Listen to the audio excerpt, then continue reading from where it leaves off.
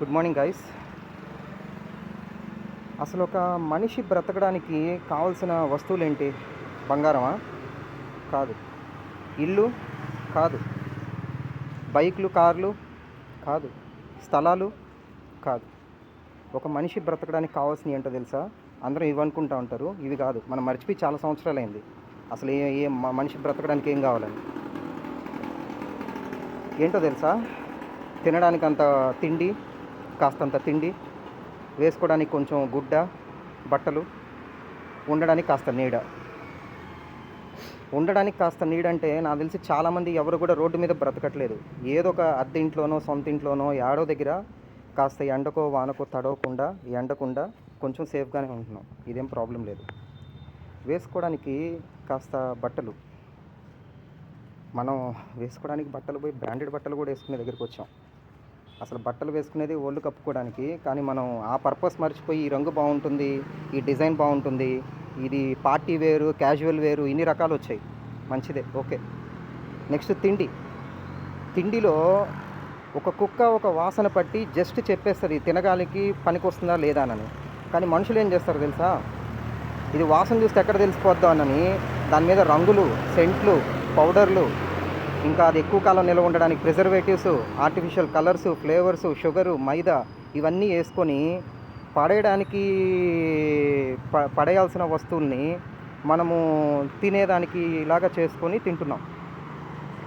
మిగతా వాటన్నిటిలో బ్రాండెడ్లు ఇవి అవేం లేకపోయినా అంత నష్టం లేదు, ఏడో దగ్గర బతికేయచ్చు. కానీ మీరు తినే తిండి ఉంది చూసారా, ఇది మీ బాడీలోకి వెళ్తుంది. నీడ అనేది బయట వరకే, బట్టలు అనేవి కూడా బయట వరకే. అది కొంచెం అటు ఇటు అయినా కానీ మేనేజ్ చేసుకోవచ్చు. మనకు చర్మం అనేది ఉంది, అది మనల్ని కాపాడగలదు. ఇంతకుముందు మన నాన్ననే బతికాం. కానీ తిండి ఉంది చూసారా, ఇది బాడీ లోపలికి వెళ్తుంది. ఇది మీరు ఎంత కేర్ఫుల్గా ఉండాలంటే, మీ నోట్లోకి వెళ్ళే వస్తువు అనేది ఇప్పుడున్న కాలంలో అసలు ఏది నిజం ఏది అబద్ధమో తెలియలేని ప్రపంచంలో ఉన్నాం కాబట్టి చాలా అంటే చాలా కేర్ఫుల్గా ఉండాలి. బయట 100లో కనీసం 90 మంది మిమ్మల్ని మోసం చేయడానికే ఉన్నారు, ఇది తిండి అని చెప్పి మీకు అమ్మడానికి. ఎందుకంటే వాళ్ళకి కావాల్సింది డబ్బులు. మీరు బ్రతికితే ఎంత, మీరు పోతే ఎంత, కేర్ కూడా చేయరు అసలు మీ గురించి. ఇప్పటికిప్పుడు నేను ఈ భూమి మీద నుంచి ఎగిరిపోయిన దేశానికి వచ్చింది, ఈ రాష్ట్రానికి వచ్చిన నష్టం ఏం లేదు, ఓకే. కానీ నాకు చాలా నష్టం ఉంది, ఎందుకంటే నేను ఉండను. సో ముందు నేను బ్రతుకుండాలంటే తిండి అన్నిటికన్నా ఇంపార్టెంట్. చినిపిన బట్టలు వేసుకో మేనేజ్ చేసుకోవచ్చు బ్రదర్. చిల్లుబడ్డ ఇంట్లో కూడా ఉండొచ్చు, నీళ్లు కారుతున్న ఏదో టేప్ వేసుకునో కవర్ పెట్టుకోనో ఏదో మేనేజ్ చేసుకోవచ్చు. కానీ చిల్లుబడ్డ బాడీతో, సరిగ్గా లేని బాడీతో మనం బ్రతకలేం. మనిషి బ్రతకడానికి కావాల్సింది ఇవి కాకుండా ఇంకా బోల్డ్ ఉన్నాయి. మంచి గాలి, మంచి నీరు. అసలు గాలి ఎక్కడుంది? మనమే నాశనం చేస్తున్నాం కదా దగ్గర ఉండి కష్టపడి. దగ్గర వాటికి కూడా నడవకుండా బైక్లు వేసుకొని పోవడం, ఇంకా బోల్డ్ ఉన్నాయి. అన్నీ ఎంతసేపు మన ఫ్యాక్టరీలని వాళ్ళని వీళ్ళని అంటాం, కానీ మన వంతు ప్రయత్నం మనం చాలా కష్టపడుతూ ఉంటాం నాశనం చేయడానికి. దగ్గర కూడా బైక్ వేసుకోకపోతే నడిచిపోవచ్చు కదా. సైకిల్ వేసుకోకపోతే అదో పెద్ద బూత్ పదం అది. అరే నువ్వేంటారా సైకిల్ తొక్కడం అని. మన నెక్స్ట్ జనరేషన్స్కి మనం ఇవ్వాల్సింది గాలి, నీరు, తిండి ఇలాంటివండి. అవి వాళ్ళని కాపాడేది, వాళ్ళని బతుకుండేలాగా చేసేది అవి. మన ఆస్తులు పోగు చేస్తాం, కానీ గాలిని, నీరుని నాశనం చేసి పడేస్తున్నాం. చెట్లు అసలు లేవు. చెట్లు మనకెందుకు బ్రదర్? అవి మనకు కాదు. కరెంటు తీగలు తగులుతున్నాయని కట్ చేస్తాం, మా ఇంటి గోడలో నుంచి వెళ్తుందని కట్ చేస్తాం. మనకెందుకు బ్రదర్ చెట్లు? మనం నేచర్ని కేర్ చేయట్లేదు కాబట్టి నేచర్ కూడా మనల్ని కేర్ చేయకుండా ఈ వరదలు ఇలాంటివి పంపించి, ఈ మార్వెల్ అవెంజర్స్లో థానోస్ ఉంటాడు కదా, చిటికేస్తే సగం మంది ఎగిరిపోయినట్టు, అట్లా ఎంతో కొంతమందిని తీసుకొని వెళ్ళిపోయేదాన్ని ట్రై చేస్తుంది. ఎందుకంటే వాటిని మనం ఎన్ని రకాలుగా హింసలు పెట్టాలో అన్ని రకాలుగా హింసలు పెడుతున్నాం. ఇంకా వాటర్ పొల్యూషన్ గురించి చెప్పాలంటే అదో పెద్ద సబ్జెక్టే. ఈ కలర్ నా దగ్గర లేదు, ఆ డిజైన్ నా దగ్గర లేదు, అసలు మొత్తం అరమార్లో కూడా పట్టనన్ని బట్టలు. అది మగవాళ్ళైనా ఆడవాళ్ళైనా ఎన్ని బట్టలు. మీరు వేసుకునే ప్రతి బట్ట తయారు చేయడానికి ఎంత నీరు అవసరమవుతుందో తెలుసా? ఆ రంగులు ఉన్నాయి చూసారా, సింథటిక్ ఆర్టిఫిషియల్ రంగులు, ఏవైతే మీరు రంగులుగా బట్టలు వేసుకుంటున్నారో అవి, మీరు కానీ నేను కానీ అందరం, అవి ఆ క్లాత్ ఇండస్ట్రీ అనేది మన వాటర్ పొల్యూషన్కి 20 నుంచి 30% కాంట్రిబ్యూట్ చేస్తుంది, వాటర్ని పొల్యూట్ చేయడానికి. తెలుసా మీకు ఆ విషయం? అవి ఎంత దారుణమైన, ఎంత డేంజరస్ కెమికల్స్ అంటే, మీరు కొనే ప్రతి బట్ట అనేది ఎంత వాటర్ పొల్యూషన్ క్రియేట్ చేస్తుందో. ఇది ఎలా ఉంటుందంటే సిగరెట్లు వాళ్ళు అమ్ముతున్నారు కాబట్టి మేము కాలుస్తున్నాం అంటారు. ఈ కాల్చే వాళ్ళు ఈ అమ్మే వాళ్ళు ఏమంటారు, వాళ్ళు కొంటున్నారు కాబట్టి మేము తయారు చేస్తున్నాం అంటారు. ఇది కోడి ముందా గుడ్డు ముందా లాంటిది. కానీ ఇక్కడ ఇక్కడ మనం ఇట్లాంటి వాళ్ళ గురించి మనం మాట్లాడుకొని వేస్ట్. కానీ ఇక్కడ కామన్ సెన్స్ అనేది వాడాలి. ముందు మనం చేయగలిగింది ఏంటి, మనం కొనడం మానేస్తే వాడు తయారు చేయడం అనేది వాడు మెల్లగా ఏదో ఒక రోజు మానుతాడు. మనం చేయాల్సింది మానేసి మన వాడి మీద వేస్తాం, వాడు మన మీద వేస్తాడు. కానీ ఇద్దరు మోసం చేసుకుంటున్నారు ఒకరినొకరు.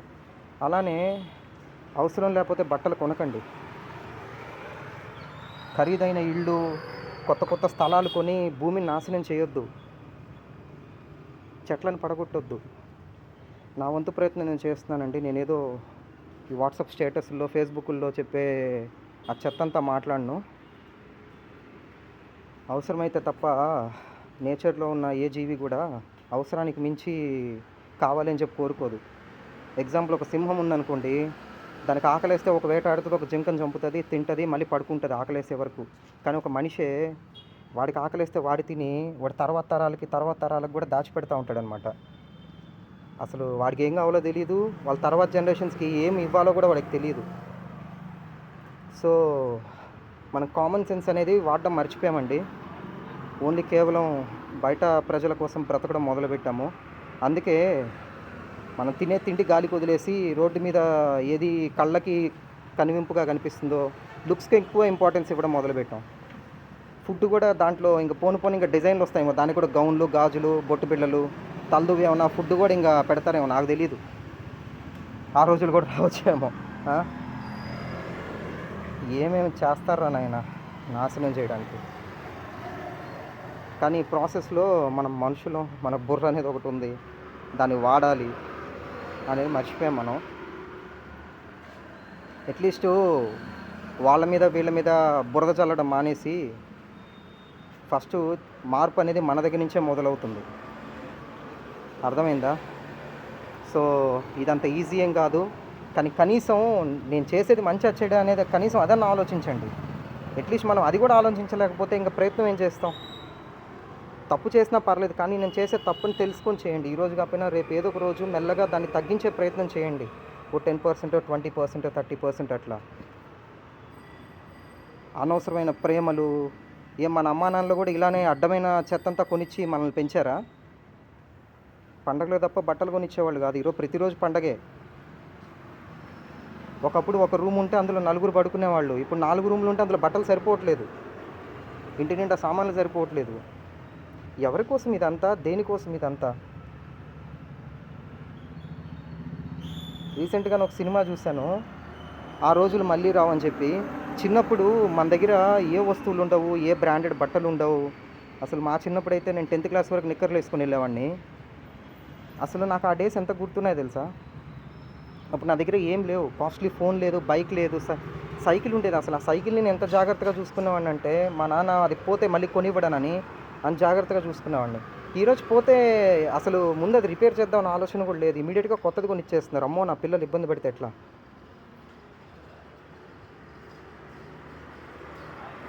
ఇది మాట్లాడుకుంటూ పోతే రోజంతా నేను చెప్తూనే ఉంటాను.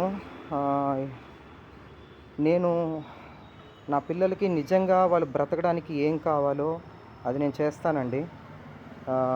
నాకు తెలిసి ఇలాంటి మాటలు చెప్తే మీరు ఈ కామెంట్లు పెట్టొచ్చు, ఈడు వచ్చాడు, దిగొచ్చాడు, అది ఇది అని చెప్పి అనేవాళ్ళు అంటూనే ఉంటారు. ఎందుకంటే వాళ్ళకి ఏం చేయాలో తెలియదు, వాళ్ళ పిల్లలకు వాళ్ళు ఏం చేయాలో తెలియదు. నా పిల్లలకి లేదా నా నెక్స్ట్ జనరేషన్కి నేను చేయగలిగింది ఏదైనా ఉందంటే, ఈ గాలిని నేను ఎక్కువ పొల్యూట్ చేయకుండా ఉండడం, ఈ నీరు నేను ఎక్కువ పొల్యూట్ చేయకుండా ఉండడం, అలానే ఇంకా బోల్డ్ విషయాలు. ఎక్కువ ఈ పనికిమాలిన ఆడంబరాలు, ఆర్భాటాలకు వెళ్ళి లేనిపోనివన్నీ కొని అని ఇట్లాంటివి చేయడం కాదు. ఉన్న వస్తువుని జాగ్రత్తగా వాడుకోవడం, ఇట్లాంటివండి. ఇంకా చాలా విషయాలు ఉన్నాయి, మెల్లగా నాకు గుర్తొచ్చినప్పుడు మీకు చెప్తూ ఉంటాను. కానీ ఇవన్నీ మీకు చెప్పడానికి రీజన్ ఏంటంటే, మనకి ఈ రోజుల్లో చెప్పేవాళ్ళు లేరు, చెప్పినా వినేవాళ్ళు లేరు. కరువు అయిపోయాం. ప్రతి ఒక్కరు సైంటిస్టులే, ప్రతి ఒక్కరు డాక్టర్లే, ప్రతి ఒక్కరు ఇంజనీర్లుగా బిహేవ్ చేస్తున్నారు. తెలియదు అంటే అది ఒక పెద్ద భూత పదం అయిపోయింది. ఇంతకుముందు తెలుసుకోవాలన్న ఇంట్రెస్ట్ ఎక్కువ ఉండేది, చెప్పేవాళ్ళు తక్కువ ఉండేవాళ్ళు. ఇప్పుడు చెప్పేవాళ్ళు ఎక్కువైపోయారు, తెలుసుకోవాలని ఇంట్రెస్ట్ ఉండేవాళ్ళు అసలు లేరు. So yeah, bye.